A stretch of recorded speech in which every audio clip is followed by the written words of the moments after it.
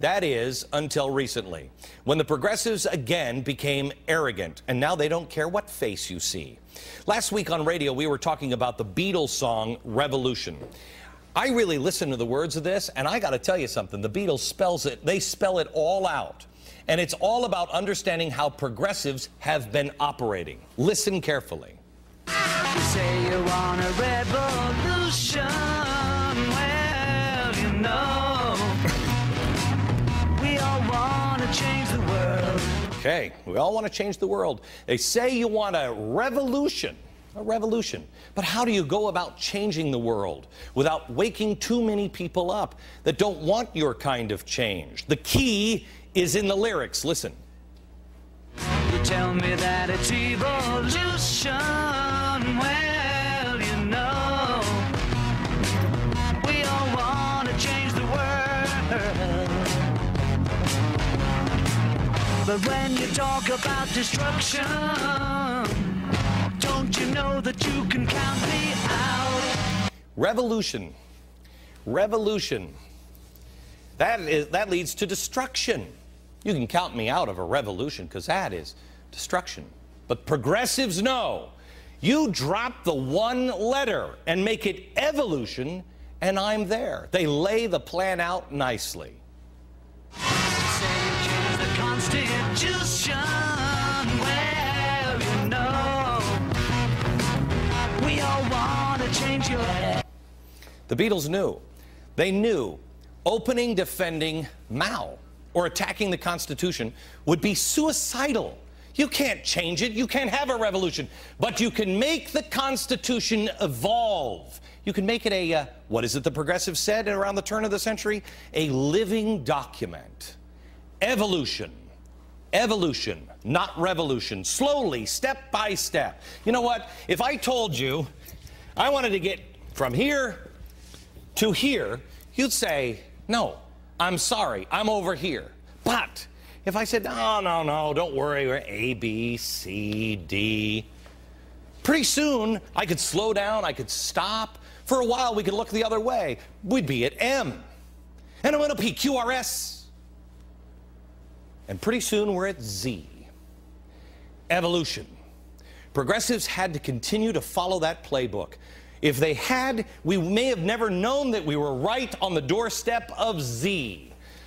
But then they became arrogant and impatient, either believing that their movement had progressed to the point where it just couldn't be stopped, or because there is absolutely no diversity of opinion in their circles. They all think the same way. They're all from radical 60 background. So Obama moved ahead, light speed with his agenda. And if not for appointing this guy, an avowed communist, Van Jones, a guy who left the White House, if it wasn't for this one, Anita Dunn, singing the praises of Chairman Mao, one for her. If it wasn't for his anti-capitalist manufacturing czar, where power, he agrees with Mao, it comes from the barrel of a gun, that the free market system and capitalism is dead. If it wasn't for the arrogance of Andy Stern, the most frequent visitor at the White House, anti-capitalist. If it wasn't for John Holdren, people on this show may not have known. You may not have known. But now we do know. It's not a revolution, it's evolution. I want to make it clear for any professors who might be watching who are still believing this bullcrap that they keep teaching every day. No one on this program is saying this administration is setting out to commit atrocities in America. What we are saying is the pattern repeats itself, and we must be vigilant and watch for warning signs, like Andy Stern. We're trying to use the power of persuasion, and if that doesn't work, we're going to use the persuasion of power. Got it? The guy who said workers of the world unite is no longer a slogan anymore. We'll use the power of persuasion, and if not, bada bing. Is that a threat, Andy Stern? Our founders knew too much government is never desirable. It never will bring you more freedom. The people in this administration have shown us certain warning signs, and isn't it stupid of us to ignore those signs? It doesn't mean that that's where the road is going to end up. It just means there's a warning sign here. Careful, hazard ahead. But don't worry, the danger really is only heightened when you couple radical revolutionary ideas with arrogance. I think the president was right when he said this isn't 1994. Heck, it's not 1934, it's not 1994.